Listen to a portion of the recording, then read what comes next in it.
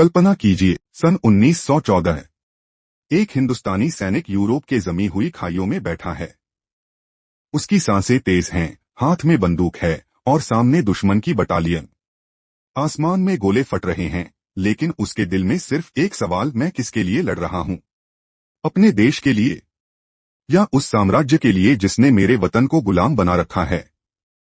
क्या आपको पता है कि पहले और दूसरे विश्वयुद्ध में 38 लाख से ज्यादा भारतीय सैनिकों ने ब्रिटिश साम्राज्य के लिए लड़ाई लड़ी, लेकिन उनकी वीरता, उनकी कुर्बानी इतिहास की किताबों में कहीं खो गई। क्यों? आज हम आपको एक ऐसी कहानी सुनाने जा रहे हैं जो आपको झकझोर कर रख देगी। यह सिर्फ युद्ध की कहानी नहीं, बल्कि धोखे, हिम्मत और एक भूले बिसरे इतिहास की दास्तान है।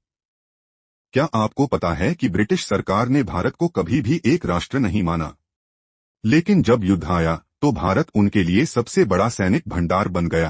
पहले विश्वयुद्ध में 13 लाख भारतीय सैनिक भेजे गए और दूसरे विश्वयुद्ध में यह संख्या 25 लाख तक पहुंच गई, इतिहास की सबसे बड़ी वॉलंटियर आर्मी। लेकिन क्या ये सैनिक अपनी मर्जी से गए थे? नहीं। ब्रिटिश सरकार ने जबरदस्ती भर्ती की, गांव-गांव में प्रचार किया, अगर सेना में नहीं जाओगे तो जमीन छीन ली जाएगी, जैसे डरावने नियम लगाए। पर सोचिए, इन लाखों सैनिकों ने इतनी कठिनाइयों के बावजूद मोर्चे पर कैसे डटे रहे?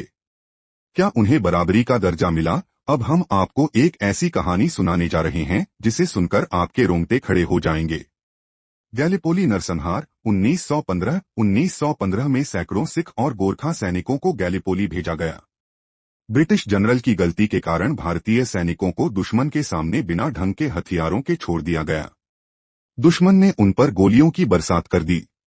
जब मदद मांगी गई तो ब्रिटिश अफसरों ने कहा, तुम भारतीय हो, तुम्हें मरने के लिए ही भेजा गया है। फ्रांस के जमे हुए युद्ध क्षेत्र पंजाब, राजस्थान और यूपी के युवा सैनिकों को बर्फीले मोर्चे पर लड़ने भेजा गया, लेकिन उन्हें न तो गर्म कपड़े दिए गए, न ही जूते। कई सैनिक तो ठंड से ही मर गए और जो बचे उन्हें यूरोपीय सैनिकों के पीछे ढाल की तरह खड़ा कर दिया गया। बर्मा और अफ्रीका के मोर्चे कई भारतीय सैनिकों को कम हथियार, खराब खाना और घटिया चिकित्सा सुविधाओं के साथ मरने के लिए भेज दिया गया। सोचिए, वही बहादुरी, वही गोलियां, वही खून, लेकिन सम्मान सिर्फ ब्रिटिश सैनिकों को मिला। लेकिन सबसे बड़ा अन्याय तब हुआ जब ये सैनिक वापस अपने घर लौटे। कल्पना कीजिए, आपने 5 साल तक अपनी जान हथेली पर रखकर लड़ाई लड़ी। आपने अपने भाई को युद्ध के मैदान में मरते देखा।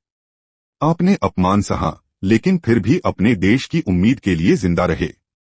और जब आप वापस लौटे तो आपको क्या मिला? कुछ नहीं। ब्रिटिश सरकार ने भारतीय सैनिकों को न कोई पेंशन दी, न कोई सम्मान। स्वतंत्रता संग्राम के दौरान इन्हीं सैनिकों को गुलाम कहकर समाज ने ठुकरा दिया। क्या ब्रिटिश सरकार ने जानबूझकर भारतीय सैनिकों की कहानियों को दफना दिया, या फिर इससे भी बड़ा कोई सच छिपा है? तो इस वीडियो को लाइक करें और कमेंट में बताएं, क्या इन वीरों के साथ न्याय हुआ?